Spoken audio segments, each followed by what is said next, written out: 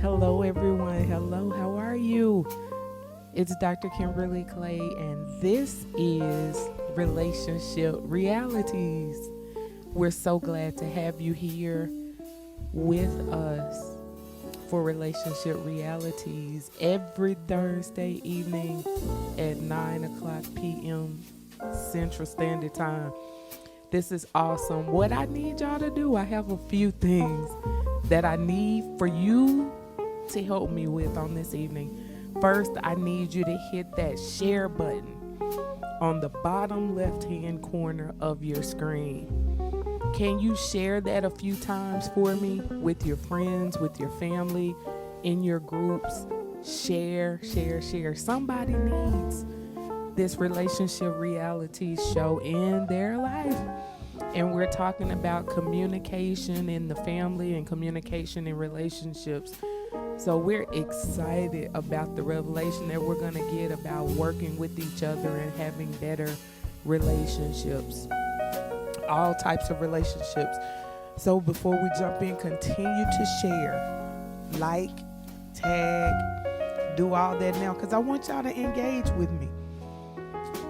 There's a reason for this relationship reality show, and I want you to get the full benefit of what God has given us to help our families, to help our individuals, and to help us with ourselves. So continue for just another moment to like, share, and tag, and then we're going to jump in. I'm just really excited. Are you all glad to be here? Let us know if you're a first time to Relationship Realities. Where are you joining me from? Where are you joining from? How can we help you? If you have questions, you can definitely reach out to my nonprofit organization, which is called Family Vibes Counseling Incorporated. Family Vibes Counseling. Our Facebook page is Family Vibes INC. It's Family Vibes INC, and you can definitely message us there. You can also text us at 972-589-1925. We do individual counseling, family counseling, marriage counseling. We even work with teens. We do Teen Talk with Dr. Clay, as well as our highlight or spotlight program, which is our Women's Refuge for battered and abused women. We're so excited about the work that we do with women and children in our community, so help us to do so. I'm going to talk more later about how you can help us in the community. We need some partners and sponsors, so I want to talk to you about that. Thank you for liking. Thank you for sharing. Thank you for letting me know where you're joining from on this evening. Let's jump into this. Before we start, let's just pray. God, give us clarity of mind, clarity of speech. Help us to see ourselves the way you see us. In Jesus' name, amen. I love y'all so much. Again, I'm Dr. Kimberly Clay. I am the founder of Family Vibes Counseling Incorporated. We are a nonprofit organization that works nationwide. Right now, we're full service in Arkansas and Texas, but we are a nationwide organization that works with individuals, with families, marriages, teens, and battered and abused women. And we're so grateful for the work that we do. So let's talk more. Last week, we gave an introduction of communication in the family.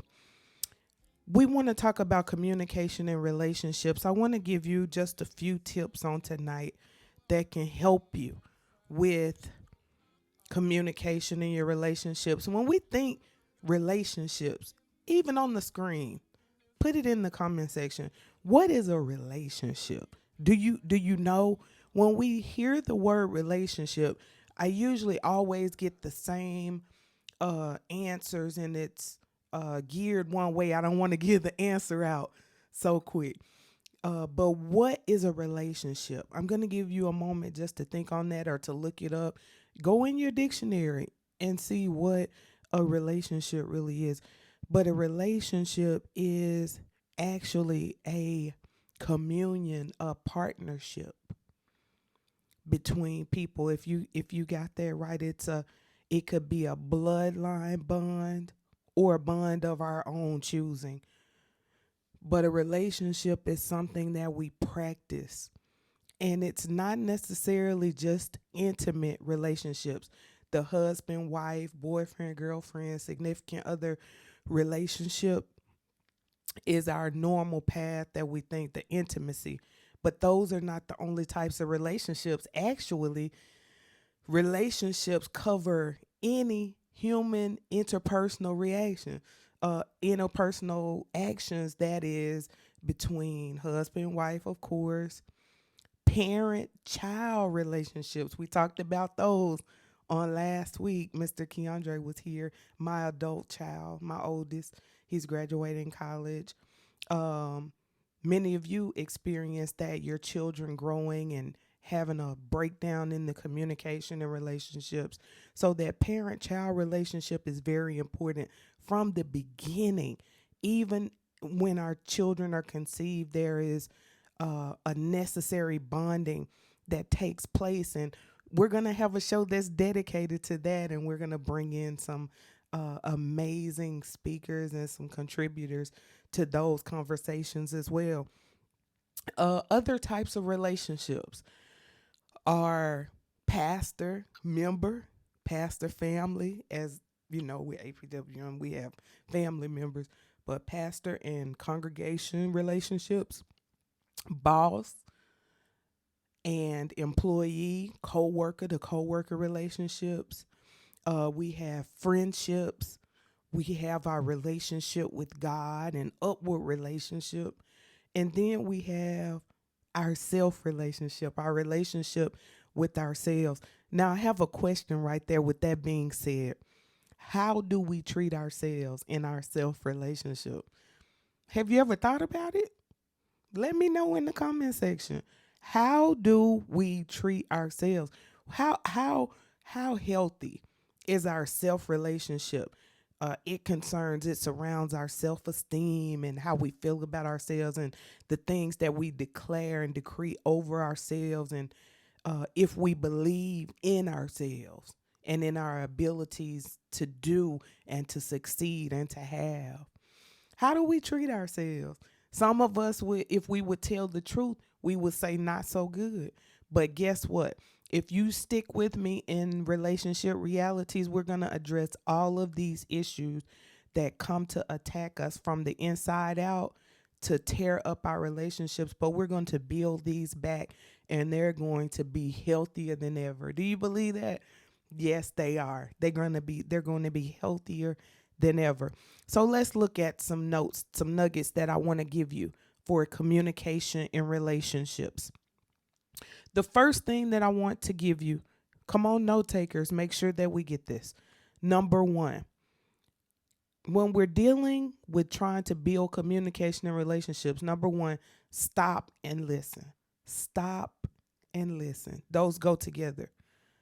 Stop and listen.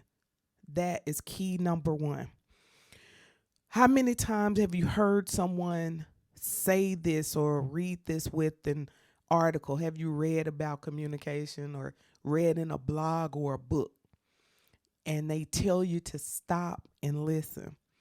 How hard is it, though, to actually do when you're in the moment?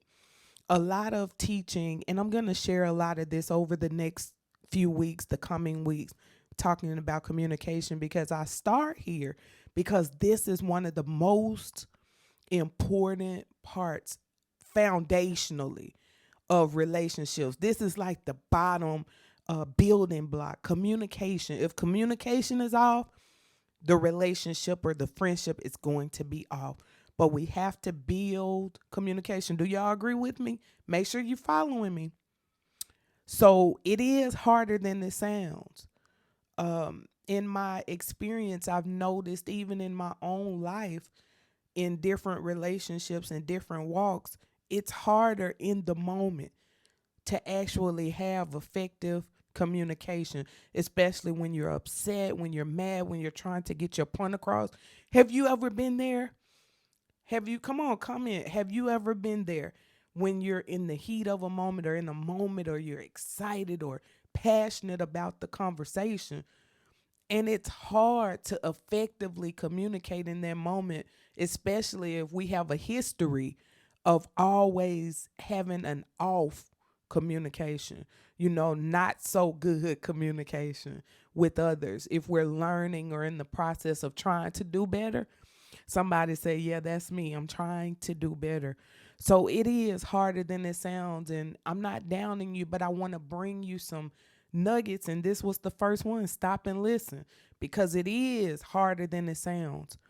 When we're knee deep in a serious conversation or argument with our significant other, or our friend, or our parent or child, it's hard to put aside our point for the moment and just listen. Somebody type across the screen, stop and listen. Say that, stop and listen. Sometimes it's really hard to put our point to the side or to stop for that moment. Me personally, I always thought that I would forget my point if I didn't interrupt the person to stop them to say it right then. But I'm even working on that, to allow the other person to speak, to say what they need to say. We're often so afraid of not being heard. Y'all, this is good stuff. I'm telling you, we're so afraid of not being heard that we rush to keep talking. So how does that work if we have a person here and a person here, and both people are rushing to talk? No, no, no, no, no, no. I'm saying what I'm saying. You're not listening to me. But I'm saying what I'm saying, and you're not listening to me. And so we're going back and forth. We got one person here upset over here trying to get their point across, and they probably have good points. The other person is here going back and forth, and they have good points as well, because we are subjective beings. We know how we feel on the inside, and we assume that the other person does not understand how we feel. So look, Dr. Clay is helping us with effective communication, and we're going to work through this, okay? So number one, make sure you get this note. Stop and listen. Stop and listen. So we keep rushing to talk for fear of not being heard, but ironically, such behavior makes it all the more likely that we won't be heard. As we go through this series on communication and relationships, just communication, period, interpersonal relationships, I'm going to share some stats on speaking, hearing, listening, talking, the effectiveness or the lack thereof in our conversations, because we're not hearing or we're tuning the other person out. So let's look at some things. We're afraid of not being heard, so we rush to keep talking. So get this note. These are things that we're going to practice during this week. And when we come back, you're going to let me know how this is working for you. When we come back, I want to know how this worked this week. Don't just listen and be like, oh, that was a good session that Dr. Clay taught and good points she gave us. No, I want you to put this into action. And I want you to let me know how this worked for you on this week. So we got number one, which was to stop and listen. Number two, second nugget that I'm giving you: force yourself to hear. Somebody said, force myself to hear. Yes, when we're passionate. Okay, we just talked about stop and listen, right? So we have one person here, one person here. Everybody thinks they're right. Everybody thinks their argument is legitimate, and we're going, but needing to stop and just regroup. So the second thing that we do, and both parties need to engage in this, but it starts with us. So we're here in relationship reality. So the more we know, when we know better, we what? Do better. Number two, we force ourselves to hear. Let me help you with this one. Okay, you've stopped talking for the moment, but your head is still swirling with all the things you want to say. Have you been there? Yeah, I stopped talking, but I'm still not totally engaged in my mind because I'm still thinking about what you said. You know what you said. You know how you talk to me. I'm still, even though I'm quiet, I stop. My lips are shut, but my head is still swirling with all of the things that I want to say. Have we been there? So we're still not really hearing what's been said. Is this hitting home for you yet? Does anybody know what I'm talking about? Can I get a hands up in the comment section?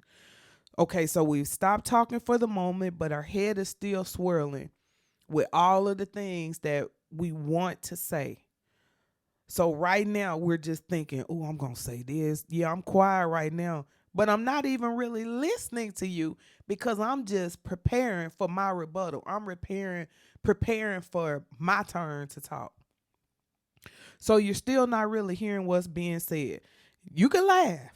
It's funny. But therapists have a technique that works well that forces them to really hear what a client tells them. It's called rephrasing what a person has just said to them. We use it in therapy. It's called reflection. For those of you who've been in any of my counseling sessions, you know that I always rephrase what you tell me to make sure that I understand what you're saying and that you agree with what I repeated to you. So this may upset the partner if you do it too much. It's not for every literal sentence.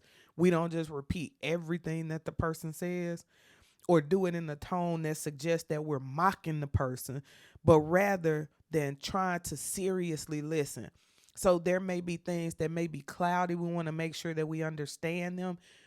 Let's stop and listen, number one, and then force ourselves to hear. Not being so engaged or caught up on the next thing that I want to say. Because guess what? The next thing that I want to say could change once I force myself to hear. So when I stop and listen, number one, I came to help somebody tonight. Once we stop and listen, and then go into number two, we have to stop and listen in order to do number two, which is force ourselves to hear. We hear something and that could change the whole trajectory, the whole idea, the whole direction of this conversation. It could calm it down to a point where I'm not so upset anymore about what I thought you said. I'm able to actually process because I'm forcing myself to hear what you're saying. This is hard for many of us. We don't want to appear that we're mocking again, but we want to make sure that we're certain things that may seem unsure to us. We want to make sure that we rephrase it or repeat it in a way that we understand and the other person understands as well how we took it in. They may ask, sometimes I don't think I'm getting what you're telling me.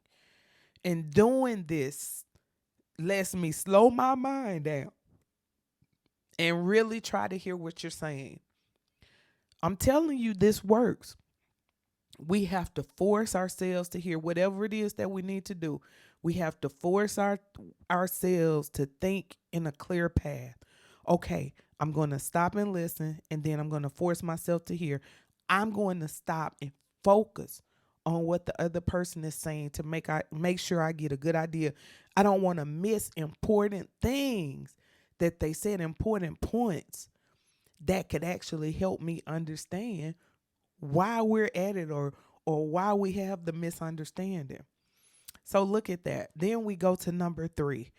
Be open and honest with your partner. Be open and honest.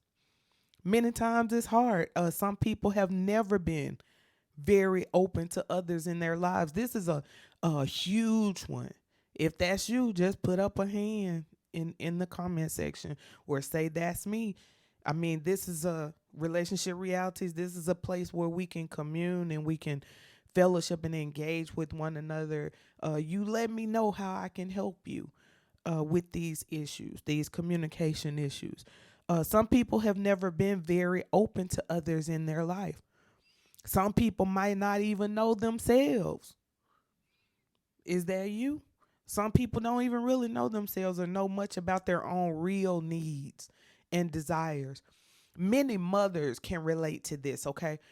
Many times as mothers or even fathers, we've taken so much time to take care of our children or our families till don't even really know what we like or what we desire from our lives. We don't get to take the time or get the time to engage with ourselves and to know who we really are and what our real likes and dislikes are, and what we are striving for, what our successes are, our dreams, our visions for our own lives.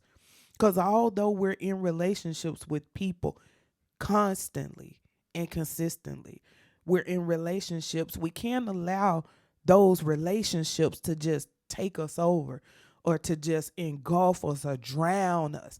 Does anybody ever feel like you're drowning in all of your relationships? I've got my mother over here, my father here, my children, my husband, got my job, my church. Do you ever feel like you're drowning in your relationships? This is a key thing. So stop and listen. Number two, force yourself to hear. And then number three is be open and honest with the other person. In a relationship, taking a step toward opening up our lives and opening up ourselves is huge. Little lies turn into big lies. Somebody say, "Ooh, she talking about lies."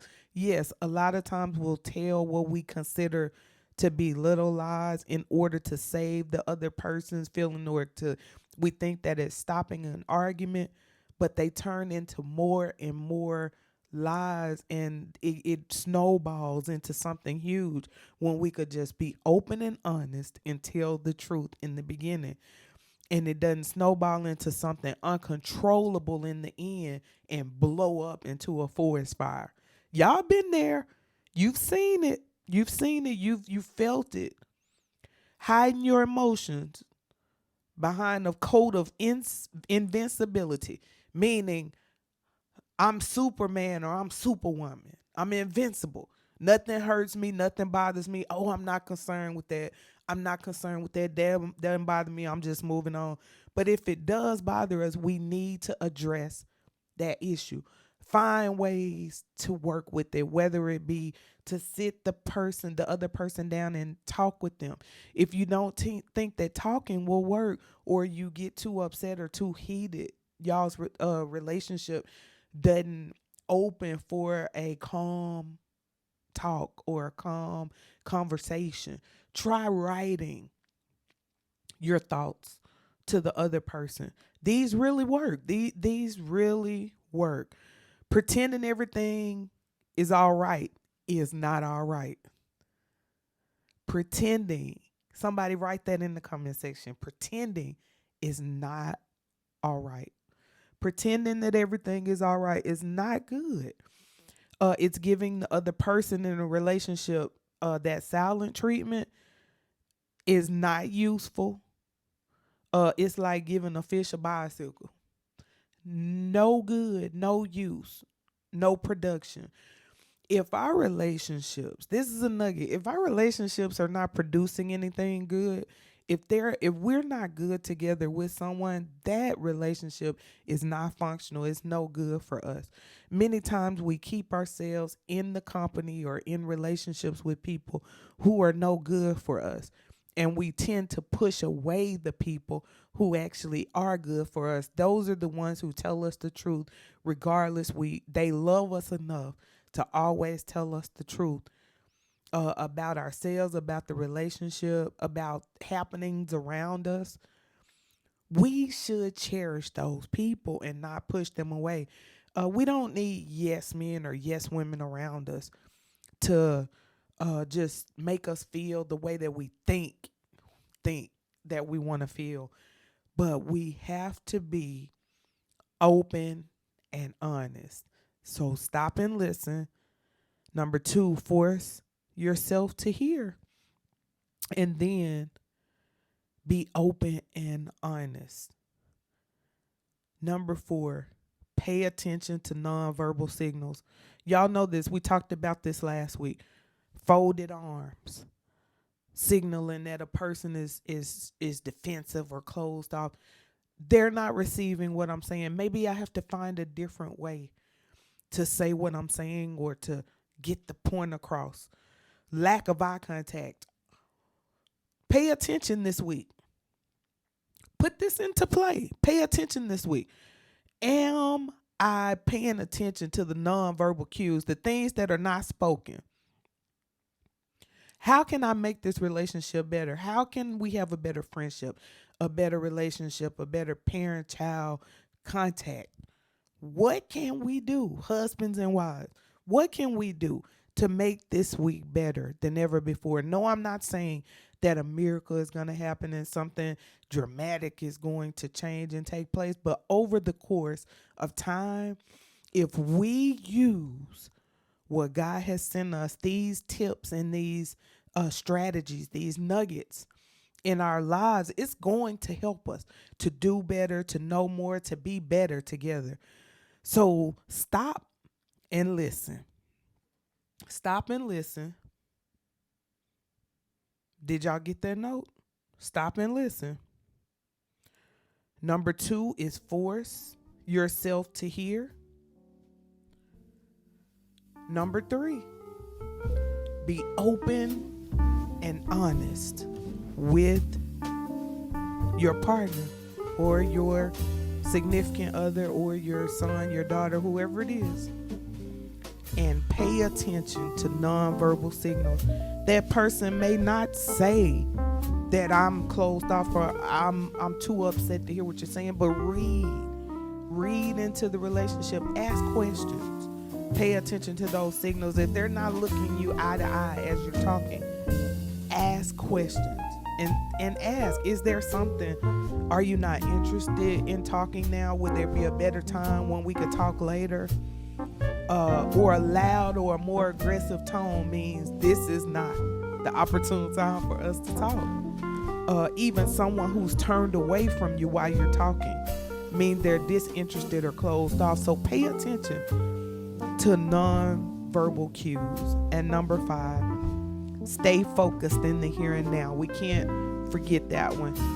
Even if the others don't seem to be working, they work. Sometimes people want to see if we're going to be consistent. If we start something, are we going to keep it up? Pay attention to nonverbal signals and then stay focused in here and now.